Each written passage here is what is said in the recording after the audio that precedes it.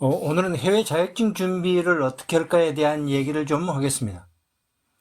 이 해외 자격증을 갖게 된 게 회사에서 수당을 줬기 때문에 자격증을 갖게 되었는데, 이 수당을 줬던 자격증이 PMP라는 자격증이었습니다. 이거는 프로젝트 관리 전문가라는 자격증인데, 우리가 공사를 하거나 프로젝트를 수행을 하는데 필요한 어떤 지식, PM으로서의 역할, 이런 거에 대한 내용입니다. 이 시험은 미국의 PMI, 프로젝트 관리협회에서 인정을 해주는 자격증입니다.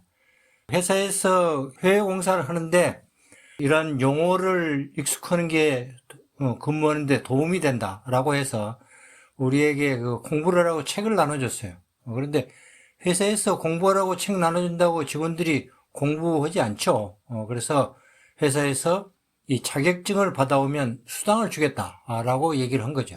수당을 준다 하니까 많은 직원들이 공부를 하고 자격증을 받았던 겁니다. 그런데 이런 공부를 하는 과정에서 굉장히 어려웠던 부분이 리스크 관리 쪽이었어요. 특히 우리 공대생 입장으로는 애매한 일을 관리하는, 불확실한 일을 관리하는, 답이 정확하게 보이지 않는 이런 것을 관리하는 게 굉장히 이해하기가 힘들었기 때문에 나중에 이 부분은 별도로 공부를 해서 여기에 대한 자격증도 받았던 겁니다. 그래서 이 PMP 자격증하고 리스크 관리 전문가 자격증, 그리고 또 국내의 기술사 자격증 공부를 하던 그러한 과정을 서로 비교를 하면서 오늘 얘기를 좀 하겠습니다. 해외 자격증이 당연히 회사에서 수당을 준다든지 그러면 굉장히 자격증을 받을 동기부여가 되겠죠. 내가 해외에서 만약에 취업을 한다면 또는 해외 관련 업무를 하고 있다면 이 자격증이 굉장히 필요한 겁니다.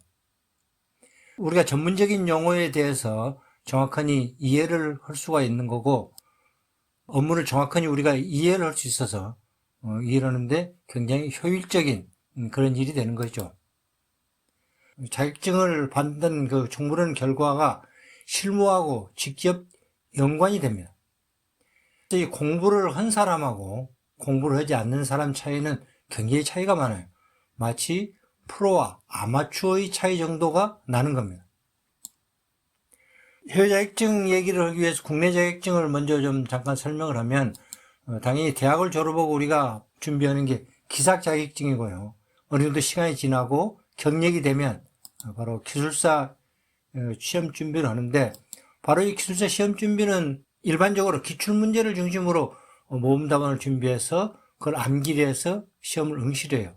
그런데 이러한 범위가 굉장히 광범위하고 모범답안 작성도 쉽지가 않기 때문에 보통 학원을 다니든지 그렇게 준비를 합니다. 어쨌거나 근본적으로 이 기술사 준비는 암기 위주 공부를 하는 거예요. 그리고 또 이 기술사 공부한 그 내용들이 실무와 연관이 그렇게 많지는 않습니다.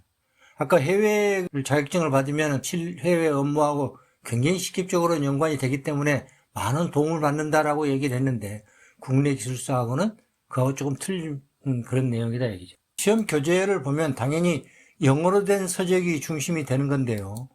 어떤 경우에는 번역된 교재도 있습니다.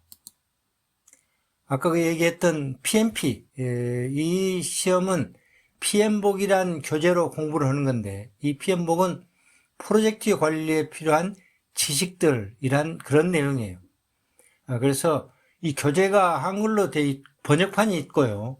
시험도 번역판이 같이 나옵니다. 한쪽에는 영어가 있고 한쪽에는 번역된 한글이 있기 때문에 어느 정도 한글 공부를 하는 게 도움을 받을 수는 있습니다. 그렇지만 이 PMP를 제외한 나머지 그런 자격증들은 시험도 영어로 보고 번역판 교재도 없는 거죠. 근본적으로 영어책으로 공부를 해야 된다라는 얘기고요. 서로 번역 교재가 있는 이 PMP 자격증 공부를 하는 것도 번역판 책으로 갖고 공부하는데 어느 정도 한계가 있습니다. 번역판 책으로는 정확한 의미 전달에 좀 한계가 있더라라는 얘기죠. 말하자면 그 영어를 우리 한글로 번역하는 적합한 단어, 없는 단어들도 많고 딱 매치가 되지 않는 단어들도 굉장히 많습니다.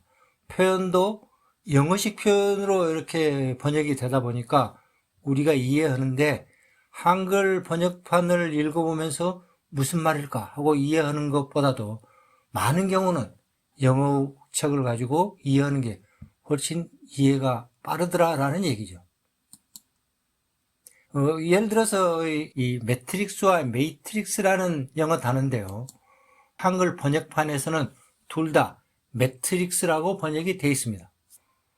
이 매트릭스라고 되어 있는 거는 무게로 측정을 하는 거다라는 그런 측정 방법이나 이것에 측정한 결과가 10kg이더라 라고 하는 측정 값, 이런 게 매트릭스라고 얘기를 하는 거고, 이 메이트릭스는 행렬표, 이거는 우리가 이렇게 익숙한 이런 게 행렬표죠. 이런 걸 얘기를 하는 겁니다. 그래서 이 두 개가 같이 매트릭스로 번역이 되어 있기 때문에 이게 어느 쪽 매트릭스인가를 우리가 상황 맞춰서 잘 판단을 해야 되는 거고, 어떤 경우에는 한 내용 속에 이 매트릭스하고 메이트릭스가 섞여 있는데 둘 다 매트릭스로 번역을 해서 되어 있기 때문에 이해하기가 힘든 경우도 많이 있습니다. 공부를 하는데 영문판으로 이해를 집중적으로 하는 거고, 번역된 한글판은 참고로 하는 게 훨씬 더 효율적이더라라는 얘기죠. 영문판 책을 이렇게 정독을 하면서 모르는 단어는 사전을 찾아가면서 그렇게 어떤 내가 이해했던 내용 또는 몰랐던 단어의 뜻, 이런 걸 책의 여백이나 별도로 이렇게 메모를 해두면 다음번 정독을 할 때 이해를 훨씬 더 쉽게 할 수가 있고, 첫 번째보다는 두 번째 책을 읽으면서 앞에 거는 다른 그런 이해를 많이 하게 됩니다. 보통 한 3번쯤 정독을 하면 대체로 이해를 할 수가 있습니다. 이 책을 읽는 것도 처음에는 시간이 많이 걸리다가 갈수록 줄어들어요. 학원 강의를 많이 듣게 되는데 강의를 들어야만 시험에 응시할 수 있어요. 그렇기 때문에 강의는 시험을 위한 조건 충족을 위해서 반드시 들어야 되는 겁니다. 그렇지만 공부는 본인이 이해를 해야 되는 겁니다.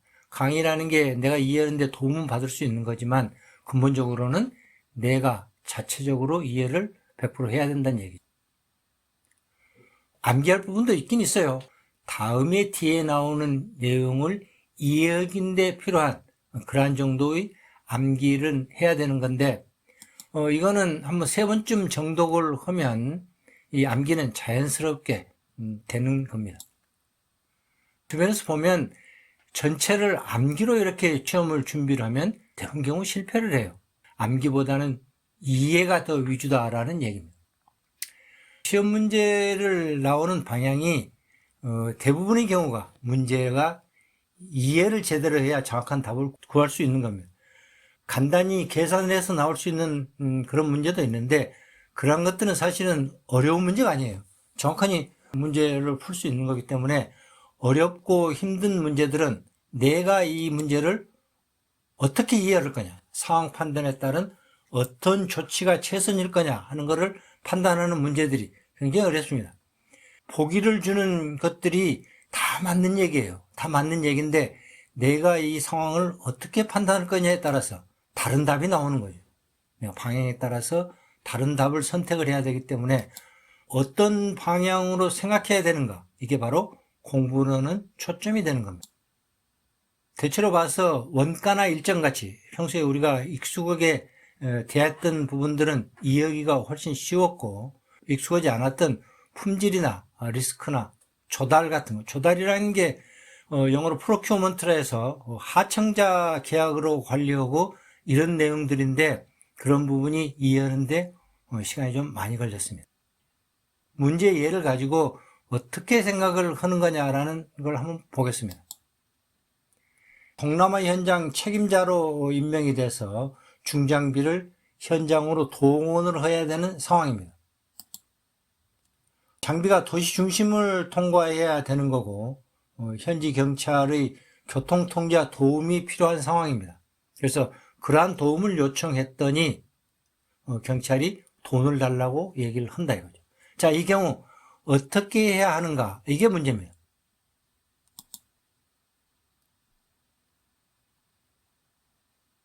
내가 선택할 수 있는 답안이 밑에가 예시가 되는데요. 내가 이걸 어떻게 생각하느냐? 이 상황을 교통신호 위반이라든지 속도 위반을 해서 교통경찰이 단속을 받고 있는 상황이라고 가정을 해본다면, 옛날에는 이런 경우에 내가 정식으로 벌금을 받기보다는 경찰에 적당히 돈을 주고 해결하는 그런 일이 많이 있었죠. 이런 상황을, 그런 걸 떠올린다면 다른 답이 될 거예요. 뭐 제일 첫째 거로 얘기를 하든지, 또는 뭐 현재 파트너에게 해결해 달라고 한다든지, 또는 정식 절차에 밟았다 하겠으니 지금 돈 못 주겠다 한다든지, 이런 식 해결책을 생각을 하겠죠.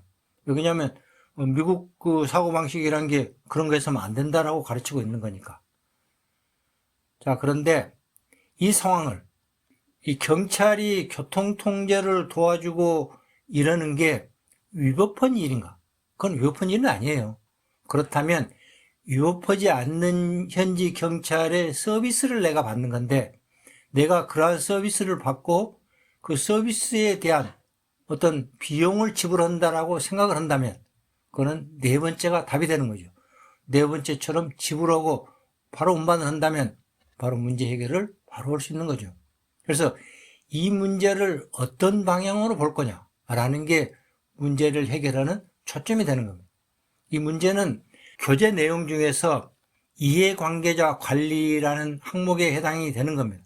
이해관계자 관리는 내 프로젝트에 도움이 될 수 있는 주변의 모든 사람들로부터 도움을 받는 겁니다. 어떤 방법으로 도움을 받는가 하는 걸 검토를 하고 연구를 해서 그러한 도움을 받는 것에 대한 언급을 하고 있는데, 이 문제가 바로 그러한 내용에 해당이 되는 걸로 볼 수 있는 거죠. 우리가 상식적으로 생각하는 걸 벗어나서 어떠한 방향으로 이 문제를 인식을 할 거냐 하는 게 바로 문제를 푸는 초점이 되는 거고, 그런 책을 공부를 함으로 해서 그런 방향을 내가 선택을 하게 되는 겁니다. 자, 오늘은 해외 자격증에 대해서 어떻게 공부를 하는 것에 대한 얘기를 했습니다.